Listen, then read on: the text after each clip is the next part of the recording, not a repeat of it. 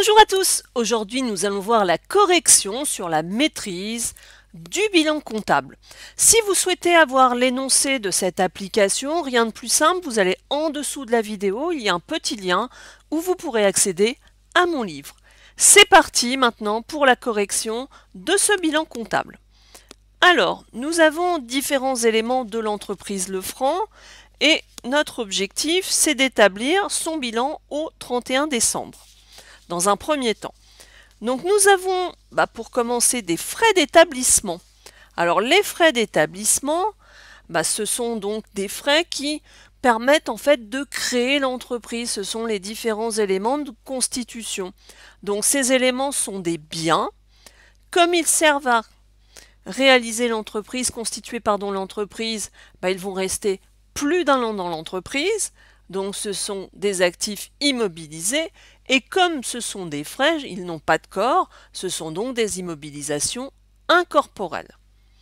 Nous avons après le fonds commercial. Fonds commercial, petit rappel si vous n'avez pas vu la première correction sur les bases, le fonds commercial représente le chiffre d'affaires ou le portefeuille client généré par l'entreprise. Je vous rappelle qu'on vend une entreprise, la valeur de l'entreprise est définie à partir de son fonds commercial et en aucun cas on la vend à partir de valeur de mur. Donc ce fonds commercial c'est donc un bien qui va rester plus d'un an dans l'entreprise et comme il est représenté par le chiffre d'affaires ou par le portefeuille client, c'est donc une immobilisation incorporelle. Nous avons après des terrains. Les terrains, ce sont des biens, ils restent plus d'un an d'entreprise et je peux les toucher. D'ailleurs, je peux même marcher dessus. Donc c'est une immobilisation corporelle. Nous avons tout ce qui est installation générale, agencement, aménagement. Donc c'est l'agencement qu'on pourrait avoir dans une boutique ou dans une entreprise, et tous les différentes installations. Donc ce sont des biens qui restent plus d'un an dans l'entreprise, qui ont un corps. Donc ce sont des immobilisations corporelles. Le mobilier, c'est un bien qui reste plus d'un an dans l'entreprise et que je peux toucher, donc c'est une immobilisation corporelle. Le matériel de bureau, pareil, il va rester plus d'un an dans l'entreprise et je peux le toucher, donc c'est une immobilisation corporelle. Et maintenant j'ai un prêt. Alors quand je prête de l'argent, prêter c'est à moi, donc c'est bien un bien. Alors ce prêt, je vais prêter à plus d'un an. Donc ça va rester plus d'un an dans l'entreprise, donc c'est bien un actif immobilisé. Et lui, il ira dans une autre catégorie qui sont les immobilisations financières. Nous avons après le stock de marchandises. Alors le stock est un bien qui va varier dans le temps, c'est donc un actif circulant. Nous avons ensuite les fournisseurs. Les fournisseurs, nous leur devons de l'argent, c'est donc une dette qui ira au passif. Nous avons des clients, donc les créances clients.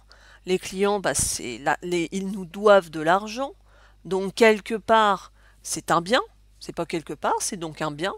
C'est un bien qui va varier dans le temps, c'est donc un actif circulant. Nous avons après la sécurité sociale. Alors la sécurité sociale, c'est toutes les charges liées au salaire. Donc cette sécurité sociale, donc on lui doit de l'argent, c'est donc une dette. Nous avons ensuite l'État, donc sous différentes formes d'impôts. Donc à l'État, généralement, on lui doit de l'argent. Et oui, il faut bien. Donc c'est donc une dette. Nous avons ensuite la banque. Donc la banque est un bien, mais qui va varier dans le temps. C'est donc un actif circulant. Nous avons la caisse.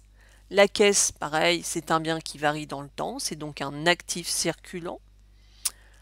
Un emprunt. L'emprunt, quand j'emprunte de l'argent, c'est une dette, j'emprunte à quelqu'un d'autre. Le capital. Donc le capital, c'est l'apport de départ qui va dans les capitaux propres. Et enfin les VMP. Alors les VMP, valeurs mobilières de placement, ce sont en fait des placements à court terme. Donc j'ai un petit peu tout dit dans la phrase. Ça veut dire que ces placements, ce sont des biens court terme, donc ça fait partie de l'actif circulant. Donc voilà, j'ai complété mon bilan. Il me reste maintenant à répondre à la deuxième question qui va être de déterminer le montant du résultat. Donc l'idée c'est de savoir si j'ai fait un bénéfice ou une perte. Comment je vais faire? Je vais commencer par faire mes totaux en sachant que les deux côtés d'un bilan doivent être égaux. Donc je dois être à 1 758 950, aussi bien l'actif qu'au passif. Donc maintenant, pour obtenir ce résultat, qu'est-ce que je vais faire? Je vais faire l'opération suivante. Je prends le total de mon bilan, auquel je retire le montant du capital qui est en dette et le total des dettes. Et j'obtiens donc un résultat de moins 291 550. Pourquoi? Parce que quand on regarde bien, mes actifs, donc mes biens, sont inférieurs à mes dettes.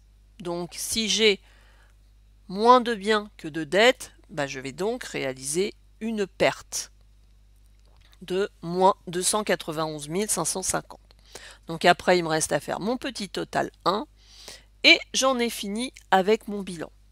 Donc là, comme vous avez pu le remarquer, on a passé une étape supérieure, c'est de déterminer le résultat. Vous avez pu remarquer qu'il y avait des nouveaux comptes. C'est toujours la même chose, c'est toujours essayer de traduire qu'est-ce que veut dire tel ou tel compte et après d'essayer de les classer au sein de votre bilan comptable. Donc j'espère que vous avez réussi à réaliser cet exercice.